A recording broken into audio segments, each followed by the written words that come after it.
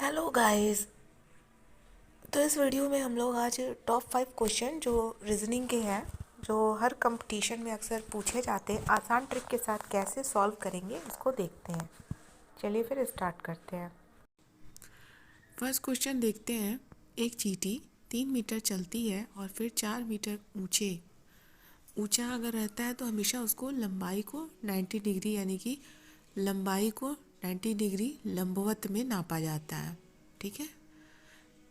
एक वृक्ष पर चढ़ती है, अपने मूल स्थान से वह कितनी दूरी पर है?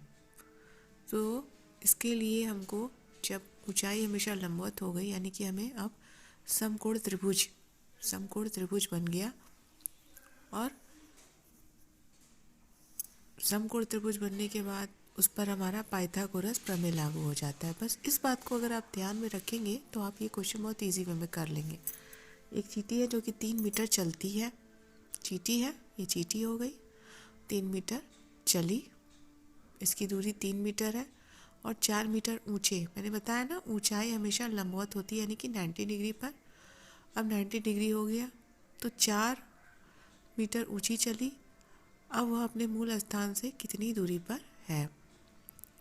तो इसके लिए अब आपको क्या करना पड़ेगा, यहाँ पे एक ट्रायंगल बनाना पड़ेगा, क्योंकि जहाँ चली और जहाँ पर पहुँची उन दोनों के बीच की दूरी पूछ रहा है। बच्चे कंफ्यूज होकर के 4 और 3 साथ जोड़ करके ना कर दें। इसमें ऑप्शन भी दे दिया है, तो ऐसी गलती आप लोग मत करिएगा।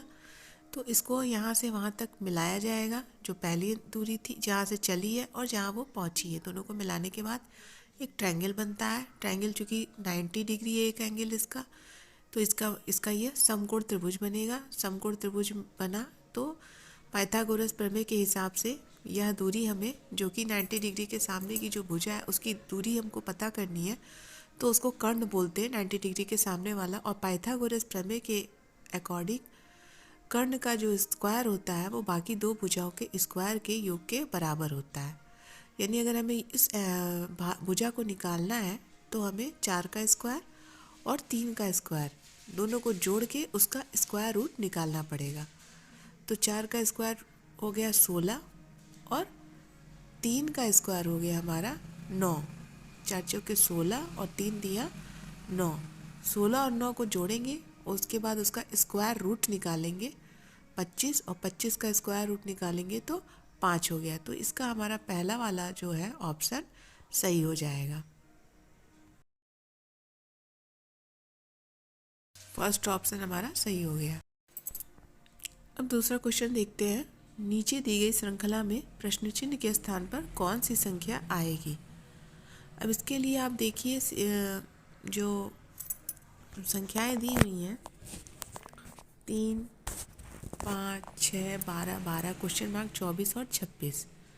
अब इसमें हम लोग देखते हैं 3 के बाद एक संख्या छोड़ दीजिए तो 6 है, 6 के बाद एक संख्या जोड़ दीजिए 12 है, 12 के बाद क्वेश्चन मार्क है, फिर यानी कि एक संख्या छोड़ के 24 है। तो इसमें देखने से ऐसा लग रहा है, साफ दिखाई दे रहा है कि 3 में 2 का गुणा हुआ है। अल्टरनेट वाला इसमें दिखाई दे रहा है। 3 में 2 का गुणा हुआ 6, 6 में 2 का गुणा हुआ 12, 12 में 2 का गुणा हुआ 24, एक एक संख्या छोड़ करके। तो ये एक सीरीज बन गई। अब दूसरी सीरीज को हम लोग देखते हैं। इसको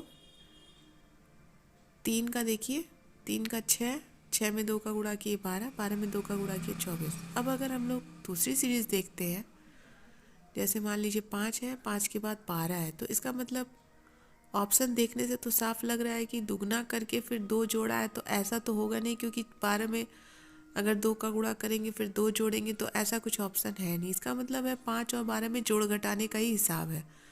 तो 12 में से 5 गया, ये देखिए पहली सीरीज जो मैंने बताई है 2 2 का मल्टीप्लाई हो गया, और जो ऊपर है 5 और 12 में दोनों में 7 का डिफरेंस है।